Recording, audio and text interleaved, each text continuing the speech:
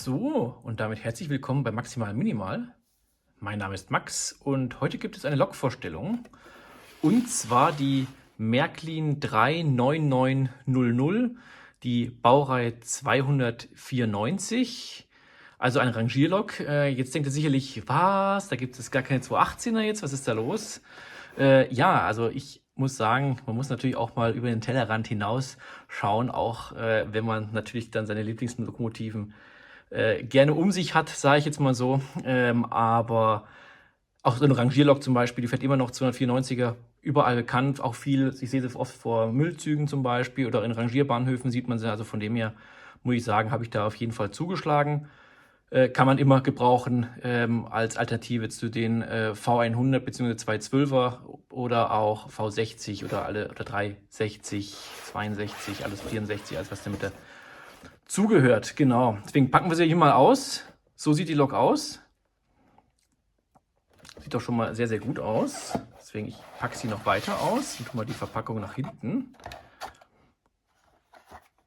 Und ich würde sagen, wir machen noch weiter. Da ist noch Material mit dabei für so Kupplungsandeutungen und auch Bremsschläuche sowie so Leitern. Wie gewohnt in der Blisterverpackung. Und dann nehmen wir sie mal raus. Und tun auch mal das hier zur Seite. Und dann gucken wir uns mal genauer an. Ich schalte euch mal ein bisschen kurz scharf. So, und da haben wir nämlich die Lok. Was wohl, was es ja schon in der 290er gab von Märklin, der ausgebleichten Variante, ist dieser drehbare Lokführer. Ich kannte das bisher noch gar nicht und bin da auf jeden Fall sehr gespannt, wie das nachher ausschaut. Und was als Highlight auch wohl ist natürlich dann hier die neue Beschriftungsform sozusagen, wie es für Eisenbahnfahrzeuge üblich ist, und dann hier noch die ausgebleichte alte Variante, eben ohne die, weiß nicht, kann man es dann hoffentlich sehen, 98, 80-3 zum Beispiel dann, als ganz normale Baureihenbezeichnung. Von dem her ist es natürlich eine schöne Sache, dass man sieht, okay, das war früher quasi Epoche 5, war dann so. Und dann ist es in die Epoche 6 über die neue Klassierung. Also von dem her, hier die Kupplung. Ich weiß nicht, da dürfte sich eigentlich nichts geändert haben zur 360er, zumindest von Märklin. Das müsste die ganz normale Telex-Kupplung sein.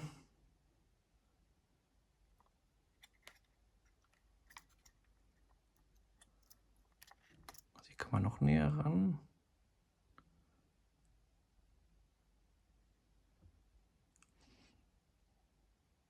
Ist in Mannheim stationiert. Okay, cool. Genau, und sonst unten ganz normal alle 4 Achsen angetrieben, genau. Also gefällt mir sehr, sehr gut, muss ich ehrlich sagen. Auch die Geländer sind aus Metall, oder? Ja, sind aus Metall. Und wie gesagt, ich bin vor allen Dingen über den Lokführer gespannt. Und einfach so eine vielseitige Rangierlokomotive kann im Bahnhof, glaube ich, kann man immer was machen. Und ja, ich würde sagen, aber verlieren wir keine weiteren Details hier, sondern ich würde sagen, wir schrauben mal die Lok auf, weil das ist ja auch spannend, wie das innen drin gelöst ist, gerade mit dem Lokführer.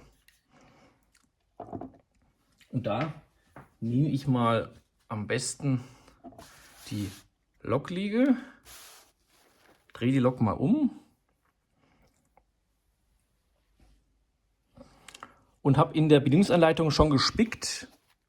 Und zwar an den beiden Kupplungsenden ist hier eine Schraube, also nicht die in der Mitte, sondern hier die seitliche. Und genauso auch hier, die sind zu lösen. Und dann kann man wohl das Gehäuse abnehmen. Und das machen wir jetzt einfach mal.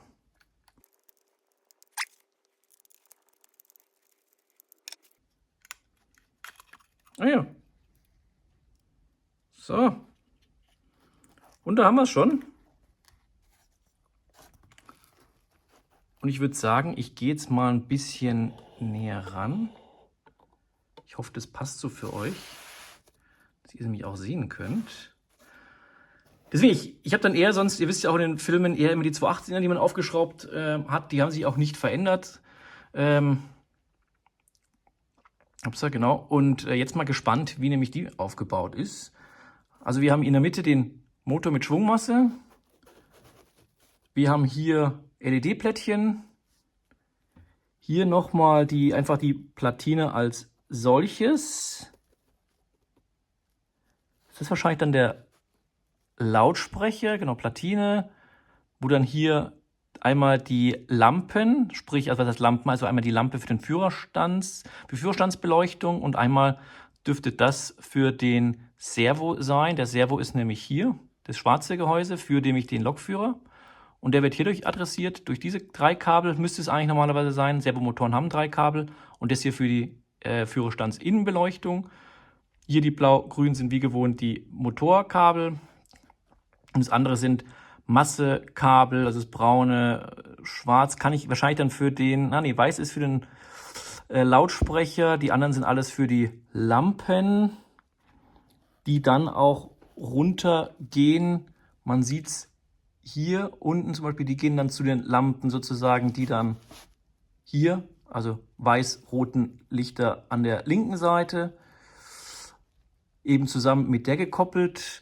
Die schwarzen, das kann ich jetzt erstmal gar nicht, die kommen auch, nee, das ist für die Telex-Kupplung. Die schwarzen Kabel sind dann für die Telex-Kupplung, sorry, genau, mein Fehler. Braun, wie gesagt, für die Masseabgriff, genau, und das passt nämlich dann. Und dann gehen wir hier ein bisschen weiter. Hier ist der Decoder, der ist lustigerweise nochmal abgeklebt. Dann haben wir hier auch nochmal schwarze Kabel für die Telex-Kupplung. Hier nochmal das gleiche, sozusagen wie auf der anderen Seite auch, für die ganzen Lampen. Hier einmal der Schleiferkontakt, braun, da was hier durchliegt oder durchlugt, ist dann auch wieder der Masseabgriff, genau, wieder Rohschleifer. Und ja, das ist genau Telex. Sonst haben wir eigentlich dann alles. Also deswegen sehr, sehr spannend. Ich mache jetzt die Lok weiter nicht auf. Ich hoffe, ihr seid mir da nicht böse, weil ich glaube, man kriegt aber so einen ganz guten Eindruck und interessant, dass das quasi mit so einem Art Pleuel, ich sage jetzt mal irgendwie sozusagen, so gehandhabt wird, der Servomotor und auch geschickt da in die Seite reingepasst oder angepasst wurde, so ein kleiner Servo hergenommen wird.